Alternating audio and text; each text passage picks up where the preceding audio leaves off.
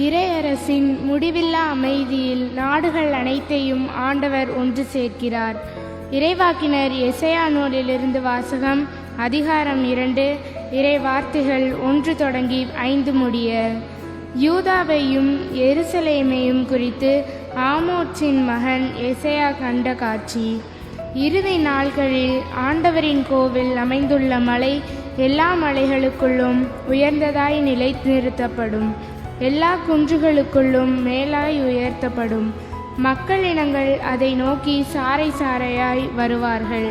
வேற்றினத்தார் பலர் அங்கு வந்து சேர்ந்து, புறப்படுங்கள், ஆண்டவரின் மலைக்கு செல்வோம், யாக்கோபின் கடவுளின் கோவிலுக்கு போவோம், அவர் தம் வழிகளை நமக்கு கற்பிப்பார், நாமும் அவர் நெறிகளில் நடப்போம் என்பார்கள். ஏனெனில் சியோனிலிருந்தே திருச்சட்டம் வெளிவரும், எருசலேமிலிருந்தே ஆண்டவரின் திருவாக்கு புறப்படும். அவர் வேற்றினத்தாரிடையே உள்ள வழக்குகளை தீர்த்து வைப்பார், பல இன மக்களுக்கும் தீர்ப்பளிப்பார். அவர்கள் தங்கள் வாள்களை கலப்பை கொழுக்களாகவும் தங்கள் ஈட்டிகளை கருக்கரிவுகளாகவும் அடித்து கொள்வார்கள். ஓர் இனத்திற்கு எதிராக மற்றொரு இனம் வாள் எடுக்காது. அவர்கள் இனி ஒருபோதும் போர் பயிற்சி பெற மாட்டார்கள். யாக்கோபின் குடும்பத்தாரே, வாருங்கள், நாம் ஆண்டவரின் ஒளியில் நடப்போம். ஆண்டவரின் அருள்வாக்கு. இறைவனுக்கு நன்றி.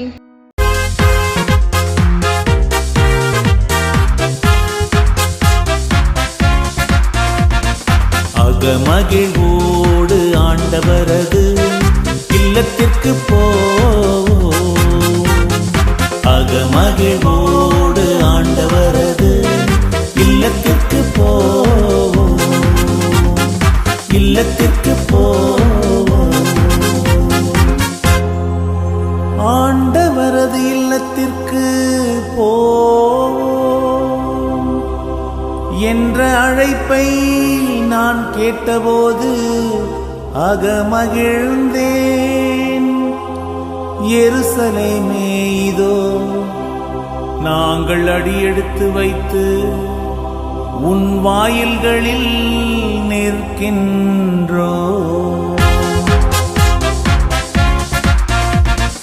அகமகிழ்வோடு ஆண்டவரது இல்லத்திற்கு போவோம். அகமகிழ்வோடு ஆண்டவரது இல்லத்திற்கு போவோம். இல்லத்திற்கு போவோம். ஆண்டவரின் திருக்குலத்தார் அங்கே செல்கின்றனர். இஸ்ரவேல் மக்களுக்கு இட்ட கட்டளைகளுக்கு இணங்க ஆண்டவரது பெயருக்கு அவர்கள் நன்றி செலுத்த செல்வார்கள். அங்கே நீதி வழங்க அரியணைகள் இருக்கின்றன. அவை தாவீது வீட்டாரின் அரியணைகள். அகமகிழ்வோடு ஆண்டவரது இல்லத்திற்கு போவோம். அகமகிழ்வோடு ஆண்டவரது இல்லத்திற்கு போவோம். இல்லத்திற்கு போவோம். எருசலேமில் சமாதானம் நிலைத்திருக்கும்படி வேண்டிக் கொள்ளுங்கள். உன்னை விரும்புவோர் வளமுடன் வாழ்வார்களாக. உன் கோட்டைகளுக்குள் அமைதி நிலவுவதாக. உன் மாளிகைகளில் நல்வாழ்வு இருப்பதாக. அகமகிழ்வோடு ஆண்டவரது இல்லத்திற்கு போவோம். அகமகிழ்வோடு ஆண்டவரது இல்லத்திற்கு போவோம். இல்லத்திற்கு போவோம். உன்னுள் சமாதானம் நிலவுவதாக என்று நான் என் சகோதரர் சார்பிலும் என் நண்பர் சார்பிலும் உன் உன்னை வாழ்த்துகின்றேன். நம் கடவுளாகிய ஆண்டவரின் இல்லம் இங்கே இருப்பதால் உன்னில் நலம் பெருகும்படி நான் மன்றாடுவேன்.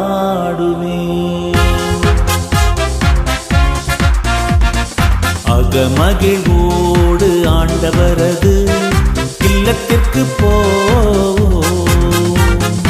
அகமகிழ்வோடு ஆண்டவரது இல்லத்திற்கு போவோம். இல்லத்திற்கு போவோம்.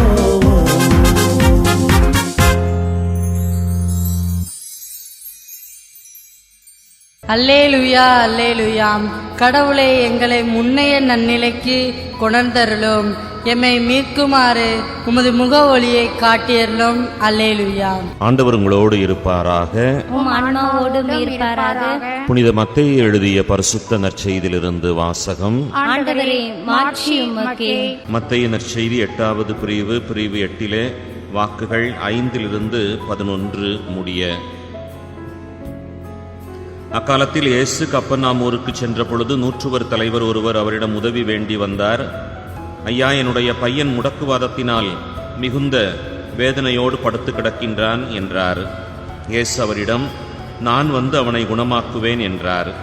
நூற்றுவர் தலைவர் மறுமொழியாக, ஐயா, நீர் என் வீட்டிற்குள் அடியெடுத்து வைக்க நான் தகுதியற்றவன். ஆனால் ஒரு வார்த்தை மட்டும் சொல்லும், என் பையன் நலமடைவான். நான் அதிகாரத்திற்கு உட்பட்டவன். என் அதிகாரத்திற்கு உட்பட்ட படைவீரரும் உள்ளனர். நான் அவர்களுள் ஒருவரிடம் செல்க என்றால் அவர் செல்கிறார், வேறு ஒருவரிடம் வருக என்றால் அவர் வருகிறார். என் பணியாளரை பார்த்து இதை செய்க என்றால் அவர் செய்கிறார் என்றார். இதை கேட்டு இயேசு வியந்து தம்மை பின்தொடர்ந்து வந்தவர்களை நோக்கி, உறுதியாக உங்களுக்கு சொல்கிறேன், இஸ்ராயலர் யாரிடமும் இத்தகைய நம்பிக்கையை நான் கண்டதில்லை.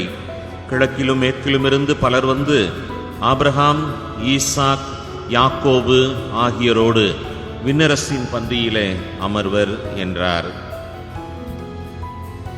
இது கிறிஸ்துவின் வாழ்வு தரும் நற்செய்தி. கிறிஸ்துவே, உமக்கு புகழ்.